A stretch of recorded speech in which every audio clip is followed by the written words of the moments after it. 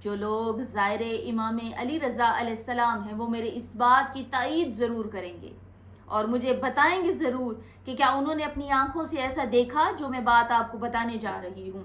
جب آپ ایران میں جاتے ہو اور آپ امام علی رضا علیہ السلام کے روضہ اقدس میں اپنی دعا کے لیے جاتے ہو، وہاں پر آپ نے دیکھا ہوگا ایرانی عورتیں اور ایرانی مرد، ان کا مولا سے مانگنے کا کیا طریقہ ہے۔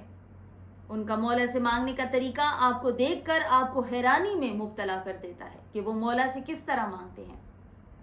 جو نہیں گئے، جو گئے ہیں وہ میری بات کی تائید کریں گے، اور جو نہیں گئے پروردگار عالم اس ذکر کے صدقے ان کو جلد از جلد مولا علی رضا علیہ السلام کی بارگاہ سے بلاوا آئے اور وہ مولا امام علی رضا علیہ السلام کی اس دسترخوان سے نوالا لگائیں اور وہاں کے جو پانی، چشمے کا پانی ہے، وہاں سے پانی پئیں اور اس نور سے نورانی ہو، اس معطر فضا میں سانس لیں اور دنیا میں وہ جنت کا نظارہ دیکھ کر آئیں۔ دنیا میں ایک جنت ہے جس کا نام کربلا ہے اور دوسری جنت ہے جس کا نام مشہد مقدس ہے۔ تو آپ نے دیکھا ہوگا کہ ایرانی کس طرح سے مولا سے مانگتے ہیں، وہ اس طرح مولا سے مخاطب ہوتے ہیں اور اس طرح اپنی دعا مولا کے سامنے پیش کرتے ہیں جیسے کوئی ہستی ہے جو ان کے سامنے کھڑی ہوئی ہے۔ ایسے جیسے مثال کے طور پر میرے سامنے اگر کوئی کھڑا ہے تو میں اسے کہتی ہوں کہ تم مجھے کل اتنے بجے پانی کا گلاس دو گے، اور وہ تم دو گے۔ وہ اس طرح سے مولا سے طلب کرتے ہیں، وہ اس طرح سے اپنی دعا طلب کرتے ہیں کہ مولا مجھے کل اتنی مقدار میں یہ چیز چاہیے، اور سلام پیش کرتی ہوں ان کی عقیدت کو، ان کے یقین کو اور ان کے تقوی کو، کہ جتنی مقدار میں وہ مانگتے ہیں، جتنی مقدار وہ مولا کی بارگاہ سے مانگتے ہیں اور جس وقت وہ مانگتے ہیں اس وقت ان کی وہ دعا قبول ہوتی ہے۔ ایک ایسا معجزہ آپ کے ساتھ شیئر کروں گی، یا آج سے 30 سال پہلے امام علی رضا علیہ السلام کے معجزات میں یہ معجزہ شامل ہے۔ ایک معجزے کا ذکر کر رہی تھی آپ کے ساتھ، وہ معجزہ آپ کو سناؤں گی تاکہ آپ کا یقین اور تقوی اور بلند ہو سکے اور آپ امام علی رضا علیہ السلام کو اپنی دعاؤں میں توسل بنا سکیں۔ وہ معجزہ کچھ یوں ہے کہ آج سے 30 سال پہلے ایک انسان تھا، بہت اچھا بزنس مین، بڑا اچھا اپنا بزنس چلا رہا تھا، کہ اچانک اس کو دیوالیہ ہو گیا، اس کا بزنس خراب ہو گیا اور وہ بالکل ہینڈ ٹو ماؤتھ ہو گیا۔ بہت پریشان حال تھا، کافی اس نے کوششیں کی لیکن اس کا بزنس دوبارہ بحال نہ ہو سکا۔ ایک دن اپنی بیوی سے کہتا ہے کہ تمہارے پاس کچھ اگر جمع پونجی ہے تو مجھے دو، میں امام علی رضا علیہ السلام کی بارگاہ میں جاؤں اور وہاں پر اپنی طلب رحمت کے لیے دعا کروں۔ وہ اپنے گھر سے جب نکلا، امام علی رضا علیہ السلام کی بارگاہ میں پہنچا تو اس نے رو کر دعا کی۔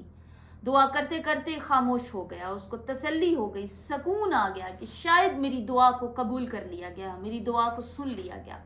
کچھ دیر توقف کے بعد وہ وہاں پر آیا جہاں پر جوتے اتارنے کی جگہ ہے۔ جوتے اتارنے کی جگہ پر آیا، اس نے اپنا جوتا لیا اور اپنی جیب میں ہاتھ ڈالنے کے لیے جب اس نے ہاتھ بڑھایا، اس نے دیکھا کہ اس کی جیب کاٹ لی گئی۔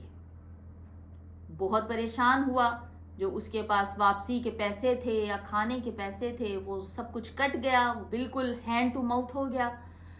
اب وہ واپس پھر مولا کی گنبد کے پاس آیا اور مولا کی زری کے پاس جا کر دعا کر کے کہتا ہے، رو کے کہتا ہے، میں تو لینے کے لیے آیا تھا، آپ نے تو وہ بھی لے لیا جو میری جیب میں تھا۔ کیا آپ کو پتا نہیں تھا کہ میں کس حالات میں یہاں پر آیا ہوں؟ پریشان حال، اب وہ سوچنے لگ گیا کہ میں یہاں ادھر ادھر کسی سے مانگنے کی کوشش کروں۔ مسلمان تھا، بزنس مین تھا، ایگوئسٹک تھا، سیلف سینٹرڈ انسان تھا، وہ کسی سے مانگنا نہیں چاہتا۔ تو اس نے بڑی کوشش کی کہ ایک دو لوگوں سے میں مانگنے کی کوشش کروں، لیکن وہ کسی کے سامنے ہاتھ نہیں پھیلا سکا۔ اچانک اس نے جو دوسری جیب تھی اس میں ہاتھ ڈالا تو ایک چھوٹا سا سکہ، اس وقت وہ سکہ بوتھ میں ڈال کر وہاں پر کال کی جاتی تھی۔ اس نے کہا کہ میں سامنے سے کسی کو نہیں مانگ سکتا، لیکن میں رینڈملی کال کرتا ہوں، جو بھی میری کال اٹھائے گا اس سے میں قرض لوں گا اور کہوں گا کہ مجھے واپسی جانے کا کرایہ چاہیے اور ایک وقت کی روٹی کے لیے پیسے چاہیے، جب میں اپنے گھر جاؤں گا تو آپ کو یہ پیسے لوٹا دوں گا۔ اس نے کال کیا، آگے سے ایک شخص نے کال اٹھائی اور اس نے اپنا مدعا بیان کیا۔ اس نے کہا تھوڑی دیر کے بعد ہم آپ سے ملنے کے لیے آتے ہیں، اور اس نے اپنی نشانی بتائی، میں یہاں پر بیٹھا ہوں گا۔ کافی دیر گزر گئی لیکن کوئی آیا نہیں۔ اس نے سوچا کہ شاید کال پہ مجھے وہ جواب نہیں دے سکتا تھا، لیکن اس نے جواب دینے کی کوشش نہیں کی، اس نے فون بند کر دیا۔ انتظار کرنے لگا وہ اس شخص کے آنے کا، لیکن کوئی نہیں آیا۔ کافی دیر گزر گئی، ایک شخص آیا، اس نے اس کا کاندھا ہلایا اور اس نے کہا کہ آئیں، آپ کو کوئی شخص بلا رہا ہے جس کو آپ نے کال کی ہے۔ جب وہ گیا آگے، گاڑی اس کا انتظار کر رہی تھی، گاڑی میں بیٹھ گیا اور وہ شخص اس کو اپنے گھر لے گیا۔ جب گھر لے گیا، اس نے اس سے بات چیت کا تبادلہ کیا اور اس سے پوچھا، اس کا احوال پوچھا، اور اس نے بتایا کہ میں ایک بزنس مین تھا، میرا بزنس خراب ہو گیا۔ اس نے کہا تمہارا کتنا نقصان ہوا؟ اس نے کہا میرا 200 ملین نقصان ہوا۔ اس نے کہا اچھا، تمہارا نقصان کتنے میں؟ اگر میں تمہاری ہیلپ کرنا چاہوں تو میں تمہیں کتنے پیسے دوں کہ تم پھر سے دوبارہ اپنا بزنس سٹینڈ کر سکتے ہو؟ اس نے کہا کہ مجھے آپ 70 ملین دے دیں تو میں اپنا کام چلا سکتا ہوں۔ تو ابھی وہ یہ بات کر ہی رہا تھا کہ ایک نوجوان بچہ آیا، اس کے ہاتھ میں چائے کے کپ تھے۔ جب اس نے چائے کے کپ کو ٹیبل پر رکھے اور وہ دونوں باپ بیٹا ایک دوسرے سے گلے مل کر رونے لگے، اور اس نے کہا کہ ہم نے اپنا وعدہ سچا کر دیا اور آج امام کی طرف سے ہمارا قرضہ اتر گیا۔ اس نے کہا رونا تو مجھے چاہیے کہ آپ نے میری ہیلپ کی ہے، میں پریشان حال تھا، آپ نے میری مدد کی ہے، رونا تو مجھے چاہیے، آپ کیوں رو رہے ہیں؟ اس نے کہا کہ یہ میرا جو بچہ ہے، میرا بیٹا، یہ کینسر کا مریض ہو گیا تھا۔ میں نے ایران کا کوئی ایسا ہاسپٹل نہیں جو میں نے نہیں چھوڑا، میں انگلینڈ لے کر گیا اس کو، وہاں پر بھی ڈاکٹرز نے جواب دے دیا۔ ڈاکٹر نے کہا کہ یہ لاسٹ سٹیج ہے کینسر کی، اس کا علاج ناممکن ہے، اس کا علاج نہیں ہو سکتا۔ اس نے کہا میں اپنے بچے کو لے کر واپس آیا تو مجھے کوئی اللہ کا بندہ راستے میں ملا، میں نے اس کو احوال بیان کیا اور اس نے کہا کیا تمہیں دعا کرنے کا طریقہ نہیں آتا؟ اس نے مجھے دعائے کمیل کی تعلیم دی اور کہا کہ دعا پڑھو نہیں بلکہ دعا کرو۔ اکثر اوقات ہمیں پروردگار عالم سے مانگنا نہیں آتا، اگر ہم اس سے مانگنا سیکھ جائیں تو یہ ساری نعمتیں اس نے ہمارے لیے ہی بنائی ہیں، یہ کائنات کو تسخیر اس نے اپنے بندے کے لیے کیا ہے۔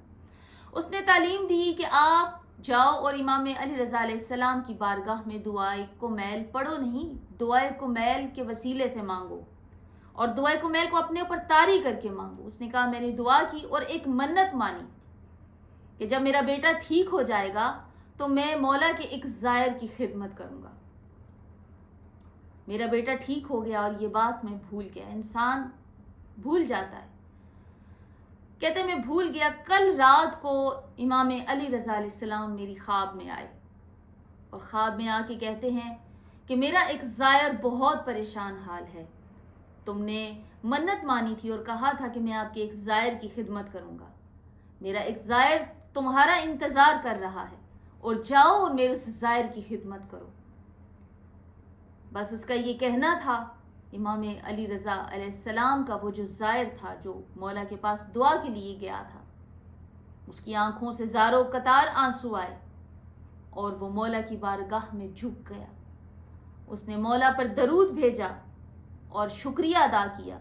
اس کا سبق ہمیں یہ ملتا ہے کہ کبھی کبھی ایسا ہو جاتا ہے کہ پروردگار عالم ہمیں ہمارے صبر کے نتیجے میں کوئی نعمت عطا کرتا ہے اور ہمیں کوئی معجزہ دکھانا چاہتا ہے، ہمارے یقین کو پختہ کرنا چاہتا ہے، ہمیں ایمان کے درجے پر بلند کرنا چاہتا ہے۔